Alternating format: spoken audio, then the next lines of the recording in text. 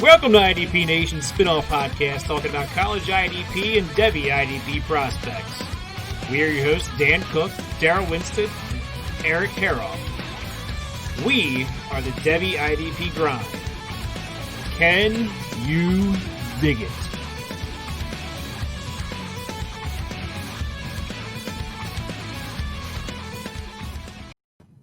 Can you dig it? What's going on, fellas? How's it going, guys? Not too bad. We got to watch some real live college football this weekend. How about it? We did. Pretty nice. Not that there were any real teams playing. Great. It was just good to watch football. It was good to watch football. It was good to be able to flip it on a game that actually means something that's not from 2019. Because that's all I've been watching is NFL Network highlights and basically old college games and stuff like that that've been on like ESPNU and stuff like that. So nice to see some real meaningful football. Not a whole lot of headliners going. But before we go any further with our conversation about the weekend, we wanted to shout out to two former interviewees that we've had on the show. Bryce Huff, who is now a member of the Jets 53-man roster. Going to play some edge for them. Yes. And that was just for you there, Darrell. Nah, and then another edge player made the Tampa Bay Buccaneers, Cam Gill from Wagner, made that team. So we got two guys that we interviewed last year that made their teams as undrafted free agents, which there was a pretty lengthy list of I got it from Thor Nystrom. I think he got it from What's on Draft. The undrafted free agents that made teams out of camp, which was we've talked to two of them. That's pretty impressive, especially with all this COVID on, when all these rookies and everybody are getting kind of left off rosters and cut. That two undrafted guys that we think they should have been drafted, but I think both of them really should have been. I think if this COVID hadn't hit back at the beginning before the draft, I think there might have been a chance both of them got drafted late. But so the lesson to be learned here is come on our show. There you go. And you might make the NFL. But all kidding aside, you need talent and stuff to do that. But anyway, not a whole lot of news and notes. I mean, there's games getting postponed, it seems like, right and left.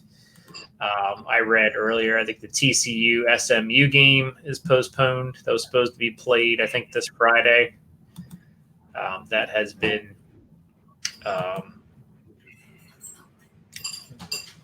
postponed to when? Who the hell knows? Because honestly, these schedules are crazy. Yeah, and that may be something you see a lot more of, games getting postponed, rescheduled, all that. So you just have to kind of see who, what, when, where, and how, Yep. Yeah. And it is a bit crazy. What else is crazy is, and this is not anything to do with college football, but the amount of people you can stash on your practice squad now. It's crazy. Right? Oh, God. The Bills have 17 on their practice squad. Did you see? No. See, and this is where taxi squads just got out of control. Josh McCown was signed to the Eagles practice squad. I saw that. I did. And the funny thing is, he's going to be able to just stay at home unless they need him. Can't go wrong there. He doesn't have to come hang out in the locker room. He doesn't have to do anything. He just has to possibly show up if Wentz and Hurts and I guess if everybody comes down with COVID or something, he's their emergency QB. But yeah, it's a little crazy. Hey, Josh Rosen got signed to the practice squad too. So He did, and coming out of college, he was quite possibly that number one prospect of that year, and just to see his fall from grace to and it really is mismanagement of the team that drafted him, seemingly not wanting him. I think it has a lot to do with Cliff Kingsbury wanting to. I think that's a big part of it. Yeah, I think Rosen doesn't really fit what Kingsbury wanted to do anyway. So yeah, but I don't know how you make that coaching hire with the guys that are there. Like how do you not say, hey, we just spent a high pick on Josh Rosen, what do you think?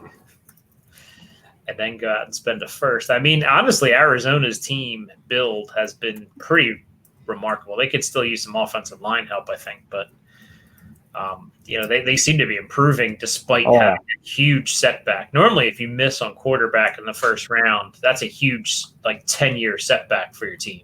Right. Because then you're consistently picking early day one all the time. A piece of news, and I know this has nothing to do with college, but people listening do know some time play pro. David Mayo was put on IR. It was seemingly that he would only miss a couple games, but he has been put on injured reserve. They are eligible to return after 3 weeks. So that's just an interesting thing because a lot of people are like, the Giant, he'll be back after week 1. But yeah, any special college news besides going over some games last night? No, I'm trying to look here. So unprepared today. Had some issues going on. We haven't had a show in a while, so there's probably a lot that's happened that we forgot even happened. This is interesting, and I kind of want to get Eric's take on this. I don't know if he knows or heard of or listens to Journey to the Draft podcast. I don't actually. I have to though. But Dane Brugler of The Athletic was talking on there, and they have Patrick Surtain as the first defensive player off the board in the 2021 draft. He's pretty good, but I don't think he's going to be the first one off. Not defensive player, I don't think. Not for me, anyway. No, I don't think he's going to be the first one off the board. I mean, he might be the first defensive back, but not the first defensive player. I think I just did an article on the top 10 Devy cornerbacks, and I don't think he's even one of the top. He's definitely top 10 corner, but I don't think he'll be the first defensive back take. And I don't see that. I see like Caleb Farley or Sean Wade or one of those guys going ahead of him before then. Well, I think I don't know if Farley will go ahead of him. I had him pretty high, so I don't have a problem with him being the first defensive back. I just don't think he's going to be the first defensive player off the board. Yeah, which kind of shocked me. I was actually just looking at a mock draft here, and it had the Giants taking Caleb Farley with number 4 as the first defensive player off the board, too. So, I mean, I like Farley, but I don't know if I like him. I like Farley, too. 4. Yeah, I'm kind of with you on it's that. Not I don't know number that he's 4. No, I think that's a bit of a reach, but I think he is one of the top 10 corners, and they have on this one they have Surtain going number 10 to the Jaguars. So I mean he is the second cornerback going off the board, but we'll see. I guess see how the season plays out. Yeah, I mean maybe. I definitely think you got to think Parsons, Dylan Moses, probably Rasu. Those are probably the 3 first defenders off the board. Cisco, if he comes out, I think, depending on who comes out or whatever, I just don't see Surtain or Farley being the top defenders off the board, and I think they're a little bit further down than the rest. Yeah, let's just see. Just to kind of go over the rest of it. Farley went number 4. Parsons went number 5. Marvin Wilson went number 8. Gregory Rousseau number 9. Sertan 10. Dylan Moses 12. Christian Barmore 14. Carlos Basham 17. Jalen Twyman 18. Sean Wade 19. So Quincy Roche 22. So yeah, there's quite a few defensive players, going, in this mock draft anyway. Another deep on the defense side anyway. Yeah, and with a lot of guys opting out, they're kind of it's they'll get the combine stuff to go, and they'll have hopefully they'll have their pro day to go off of. But yeah, a lot of guys that are playing, their stock can go up or down. I guess that's the thing about playing is you're obviously players want to play. Right. Sometimes it doesn't make sense. And some of these players aren't going to be even given an opportunity to play because their teams have decided to postpone their season or just completely eliminate the season. Yep. I am on the clock in Dingus's eliminator here that never ends. It never, ever ends. Oh, my God. Well, we got a late start on it, and I think we've knocked out like 6 rounds today. Nice. We have. We've made a lot of headway today. Yes, we have. The clock got knocked down to an hour. So I think that has a lot to do with it. And people are pre-drafting, as I've been requesting for a couple weeks now. Right. Just because, we have so little time left that we kind of have to, get this done. Thursday.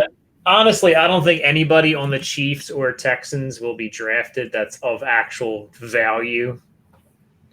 So I don't think it's that huge of a deal if we are drafting on Thursday or Friday. I don't think so either. No. If somebody gets some points, they find some diamond in the rough corner or something to draft, good for them. Like, whatever. Most of the players that are relevant are already taken for the most part. We're scraping the bottom. Like, I just took a backup tight end. The backup for Travis Kelce, which isn't a bad thing. Ricky Seals-Jones. Yeah. I thought he was actually injured because earlier in camp I saw some report that he was stretchered off, but I guess that was an overreaction. But anyway, getting back to college, the only college game with any real talent, I think, and I know I shouldn't say that, the only game that really had a team of note was the Memphis Arkansas State game. And Memphis was even without Gainwell, who's one of the top offensive Devy running backs. He's opted out to get ready for the draft. But they looked pretty good regardless on both sides of the ball. You were saying Arkansas State gave them all they can handle. By the time I turned the game on, it was already pretty well in hand. But yeah, early on they gave them a lot, but after down in the second half, they just kind of ran away with it. As expected, Memphis has been one of the better teams outside of the Power Five for a long time, and they did really good. They had some good they made a lot of good plays. And Arkansas State did too. They had some good talent. Their nose tackle, Forrest Morrell, he's going to gain a lot of NFL attention. Huge dude at nose tackle, and he just plugs everything. But, yeah, Memphis had playmakers all over the field making sacks, interceptions. Joseph Dorius, who we've talked about a few times. Sylvante Oliver kind of struggled a little bit early right out the gate, but he had interception down the stretch. Their linebackers, Xavier Collins, did well. So they've got some good pieces. I think once they once this season gets going and they get a few games under their belt, they could be really good. Yep. Yeah, some stats of note in that game. Jarius Remonik, I don't know how to pronounce his name. Number 1 corner had 10 solos. Oh wow! For 11 total tackles. And on the other side of the ball, University, I think it's South Alabama. Maybe Nick Mobley is the player I'm referring to. South Alabama Jaguars, yes. He had 14 assisted tackles. Wow. So some interesting notes to the stats. 1 solo. So I don't know what to think about it. It's an impressive number of assists, but, that doesn't really ring too well. Looking over some sack leaders, UAB's Nakia Eason Jr. had 2 sacks. Xavier Cullins from that Memphis game had a sack. And let's see if there's any players that we have talked about. I kind of watched the Marshall Eastern Kentucky game, and 2 players. I know it's Eastern Kentucky, but defensive end Darius Hodge and linebacker Tavonte Beckett from Marshall, they had outstanding games, and it was, they made such an impact that they didn't even play much during the second half. It was pretty much in hand and out of control. So, but in the first half, they were to be reckoned with. Gained my attention at least. Yeah. Not a huge stat filling week here. I mean, we had 2 passes defended was like the high. I mean, you don't really have a whole lot going on defensive side of the ball. No forced fumbles, it looks like. No data available. So, yeah, it was not the most exciting weekend of college football. This was officially week 1. I don't think any of the big conferences are starting their games until at least next weekend. I think the only school of note, BYU is playing tomorrow. Yep. Tomorrow night. Look up, Playing Navy. So that should be, those are 2 independent. Navy is an independent, right? Yep. Yeah, so they have 2 independents. So that game is going to be on ESPN at 8 o'clock. And they have Navy predicted to be the winner, it looks like. Oh, wow. By 71% here. Well, Navy runs that, triple option a lot of times, don't they? Right. So they will probably have the same strategy as Army did yesterday in completely dismantling Middle Tennessee State. 59-0, and all they did was run.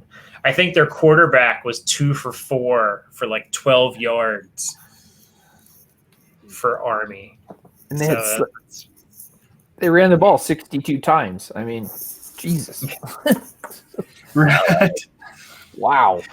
I saw some funny memes. One of them was Bill Belichick, storming towards Army, like, yes, that's the game plan that I want. And with Cam Newton, that might not be a bad game plan. Right. Here's a news and note for us. Colin Schooler, who played for Arizona, the senior linebacker, transferred to Texas Tech as a graduate this year. So he wants to play. Yeah, he does. I mean, and I wonder how many of these we're going to see, players that are, I say this, it's probably the wrong wording, but actually pretty good players who they're seniors and it's either sit out and train for the draft or go play. I think that's a good decision on his part to go play, put some more on tape, because he's probably going to get drafted, but maybe he can do something this year with Texas Tech to drive it a little higher. So I completely understand that. But that's a big get for Texas Tech because he's a tackling machine for Arizona. He really was. Yeah, I saw that. Did he play for Oregon at one point too? I don't. Because I read some report, and then somebody, I don't know, in the comment section, it got a little hairy because I think the headline on the article I read was not very good. If it was very early in his career. Yeah, I don't think so. It doesn't. I don't think he did either. I can't remember right off the top of my head, but yeah. I did read something interesting. Washington State's Drew Bledsoe's kid entered the transfer portal, leaving Washington State, or at least exploring his options. So I did just find interesting. one. It's Drew Bledsoe's kid. I did find another piece of news that nation's number one prospect Corey Foreman is visiting LSU this weekend. So that's pretty big. I know he visited Georgia a couple weeks ago. So hopefully he's narrowing it down so he can. I think he's going to enroll early and everything. And yeah, he is the prize of this next recruiting class, and everybody's wondering where's he going. You know, who's going to land him. He's probably got an offer from every school in the world. Be interesting to see where he lands. I think if I remember, he doesn't plan to announce early. He's going to wait till December to do this. So, oh wow, yeah, he is the number one prospect in this class. So it'll be interesting to see who he decides to go with. I think you said LSU. I think Oregon, USC, Georgia. I'm sure many others, but I think Alabama. Yeah, I'm sure it's everybody. So I'm thinking they're probably some of the front runners. Yeah, looking at 24/7 Sports, it has Clemson, Georgia, LSU, and USC as the warm, and everybody else on the cool for whatever that. Take that with a grain of salt, but right. So, and then also I did see one other one that Cal cornerback Cameron Bynum opted out for this season too, and he's going to start preparing for the NFL draft. He had over his 3 years, he's got 165 tackles, 5 interceptions, 26 pass deflections. So he getting ready to see what he can do. Yep. Yeah. And I have a draft coming up. Are any of you in the draft as well, or not? Just me? No, Nope. I've got 3 going on, 2 eliminators, and I'm actually in a IDP only league. It's a dynasty league, all IDP. Yeah, I think it's one you kept posting about that I said Yeah. in 2 leagues. So yeah, kind of excited, doing pretty well on it, but we'll see. Yeah, it kind of stinks. I know we haven't talked in a while.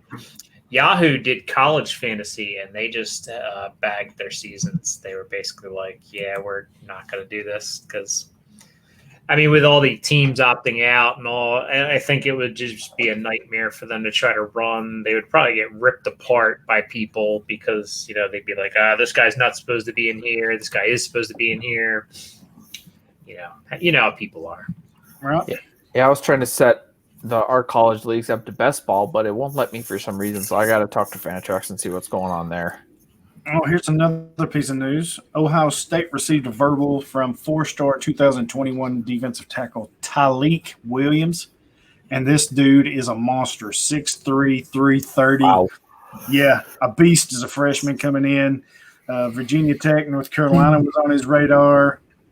But it just seems like they couldn't persuade him enough to come their way. So we've said it many times on here, Eric. It seems like the rich get richer. Ohio State, Oregon's, they just keep loading. Alabama's, they don't – they never rebuild. They just reload. Yep, and it's just the way it is, and that's the way it's always going to be, That's the way teams are. I mean, those big schools, that's what they are.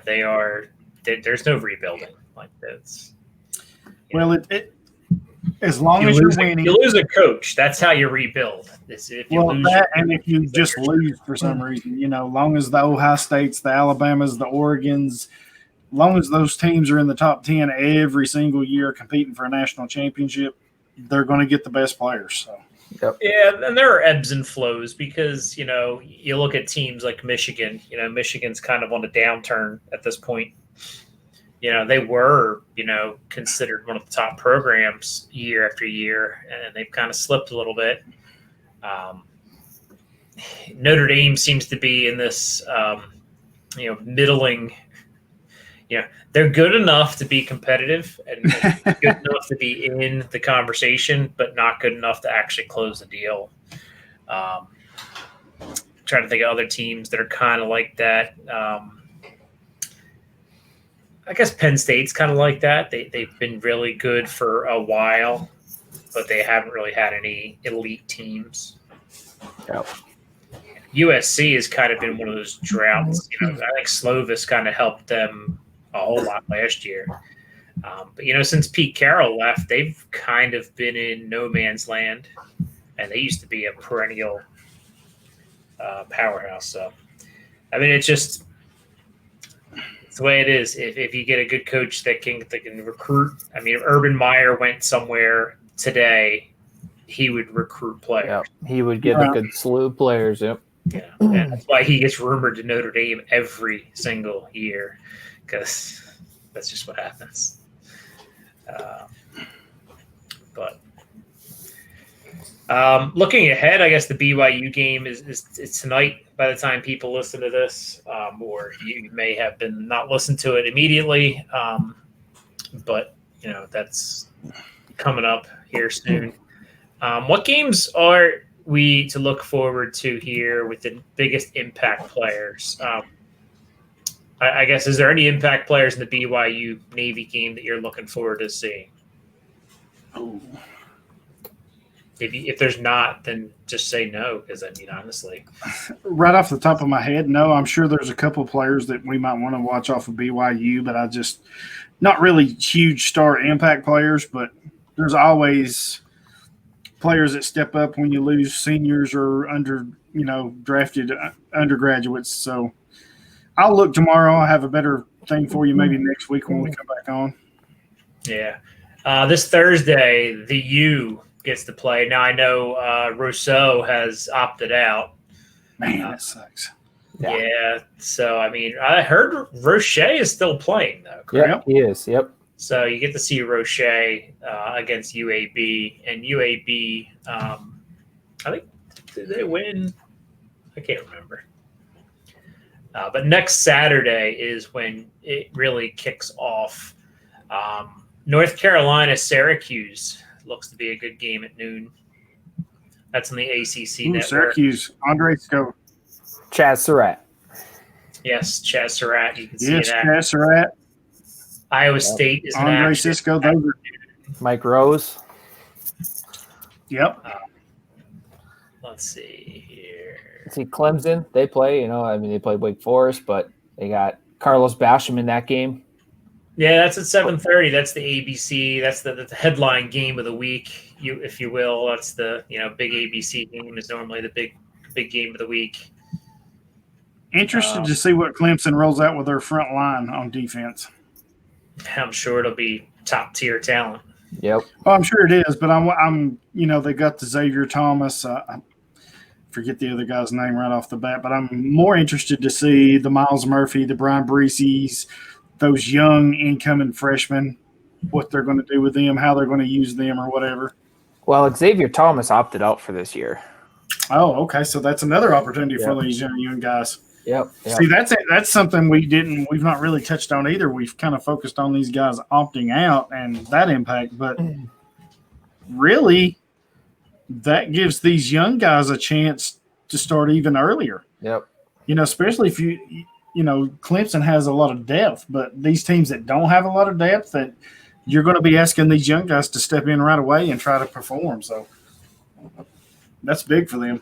Yeah, Tyler Davis, he'll see what he can do. Yes, Tyler Davis, Yep. Miles Murphy, Brian Breesy. That's the three right there that comes to mind right off the bat. Yeah, look, it's over some of these games. I mean, Notre Dame plays Duke at 2:30. Nobody cares about Notre Dame. I do. Well, Baylor, without Matt Rule, plays at noon on Fox. We'll see how they're playing Louisiana Tech. As far as matchup goes, I don't know. Florida State, Georgia Tech might be decent. oh, yes. Yeah. That would be interesting. Nazir Azruddin, the safety for Florida State. Definitely watch him. Yeah, Florida State's quarterback, Chuba Purdy, got hurt. So I don't think he was going to start this year anyway. Yeah, but because he's only a freshman, wasn't he? Who's starting for? I think so. I think it's still James Blackman. Yes, he started from last year too. Pretty sure that's what it is. That's probably going to be the best game on paper right now, because I don't think Wake Forest is going to give Clemson a hard time. No, but I'm watching all these. I'm watching every game I can to get these scouting reports. We do the magazine for the draft and all that stuff. But yes, but not everybody is doing that stuff. Some people just want to watch a good game. So that's probably your best game. That's at 3:30 on ABC. Oklahoma's playing Missouri State. If it was Missouri, I'd be more intrigued. Oh, here we go. I got the game of the week. Coastal Carolina versus Kansas. There we go. Hey, don't be hating on those guys.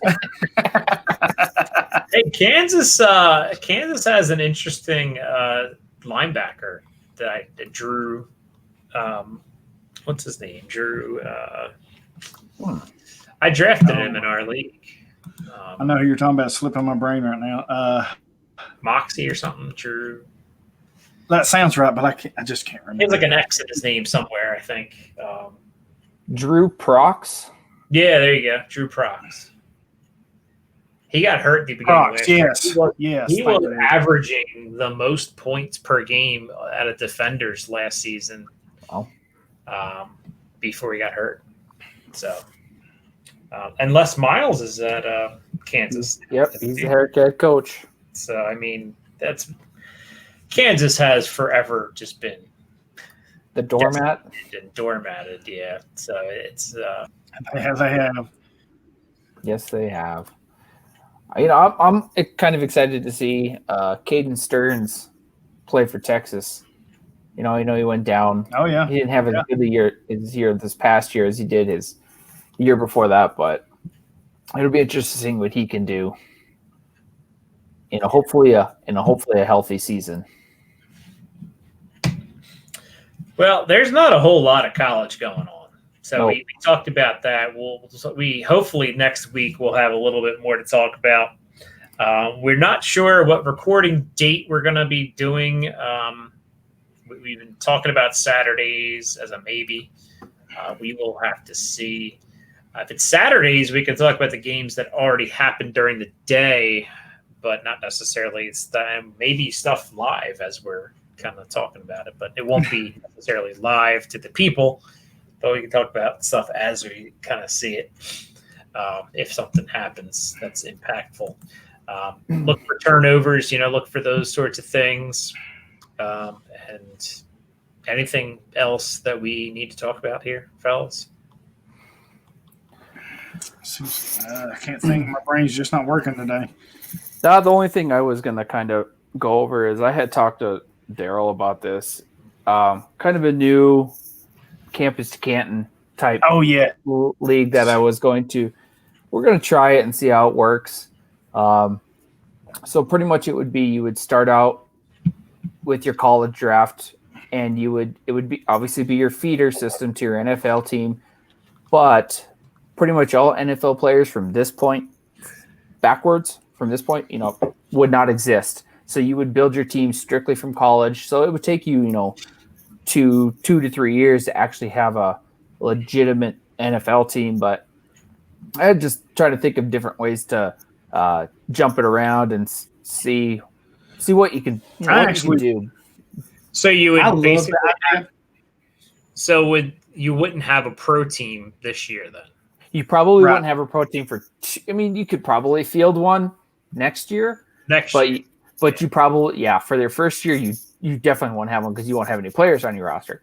So I think we could definitely field one in year 2 because you would be picking up maybe a lot of undrafted guys and stuff like that. So I think you could field one. And by the way, I was talking to somebody today, and they are very interested in being an owner in that if you go forward with that. Yeah. Iowa, we already have, I think, 6 of us.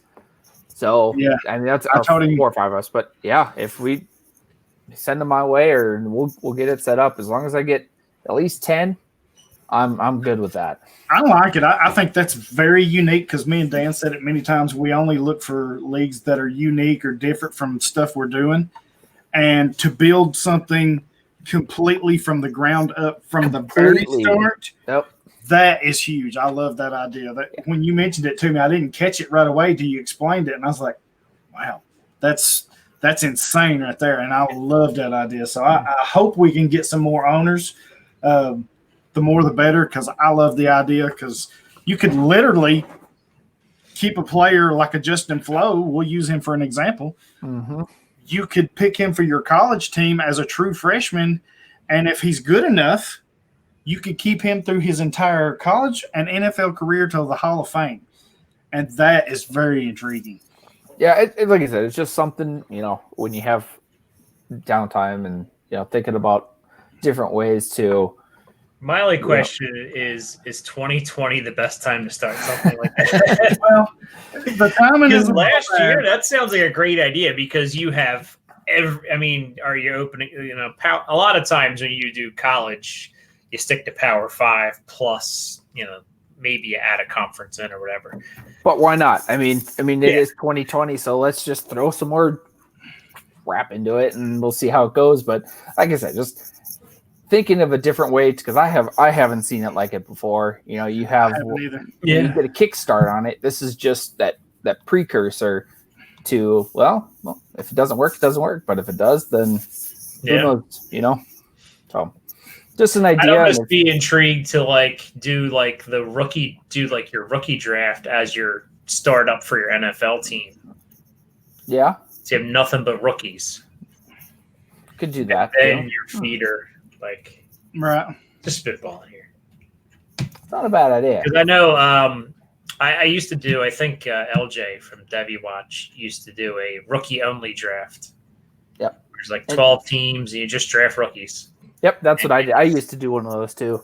Yeah, and then that's the only way. It shakes out. Yep, that's the only way there would be you could trade, but you couldn't. There was no free agents or anything like that. It was only the rookies. I also did it with baseball too, but yeah, it seemed kind of that same concept. Yep. Yeah. Couple more news and notes. Justin Rice, linebacker from Fresno State, transferred to Arkansas State, so that was a huge loss for Fresno State. I didn't get to watch a whole lot of that game, Arkansas State. Well, I watched a lot of it, but I missed some of it, so I need to go back and look and see how he did if he played. And then here's a new one. We're talking about everybody opting out. Vanderbilt linebacker Junior Dimitri Moore, he opted out and then changed his mind, and he's decided to play this year for the Commodores. So that's a new one, opting back in. See, I thought that was kind of a big no-no. You could not opt back. Once you made that decision to opt out, you were apparently it was. He had, I guess, some family members that contacted it. He was really concerned about the health or whatever. And once the way I understand it, once he talked to some doctors and stuff like that, the risk wasn't as bad as he was initially led to believe or thought. Wow. So he's going to play. He's going to come back and play for the Commodores this year. Gotcha. That's crazy. I'm trying to look over my scoring before this draft here because, it's coming up. I'll mute the sound so you guys don't need to hear that. But I'm trying to find us some more news and notes here. Here's my ID.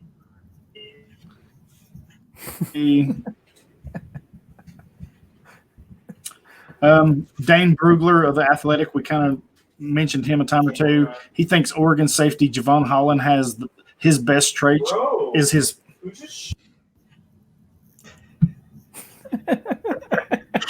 Man. So I'm pretty sure Yahoo intelligence. I was just saying that Yahoo is probably telling me the 9th spot sucks and you're screwed. Right. So yeah. But anyway. Well, fellas, I think we've stretched this out as far as we possibly can because there's not a whole lot going on. Nope, there's not. So hopefully next weekend's games are a little bit more exciting. Hopefully BYU Navy is a little more exciting, and we'll have a little bit more to talk about defensively. Talk a little bit more about college football in general. So that'll about do it for us. We're actually going to go record a Patreon episode for IDP Nation that we didn't do earlier in the week. So become a patron over there and check us out. Check out the IDP Couch. Check out IDP Nation and check out our writing. These two write at the IDP guys for Devi. So all your Devi content that you need can be found there. Yep, and I think now that we got games going again, we'll have a lot better show for you.